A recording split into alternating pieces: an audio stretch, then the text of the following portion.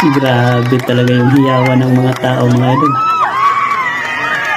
Parang paborito nila tong singer na to eh.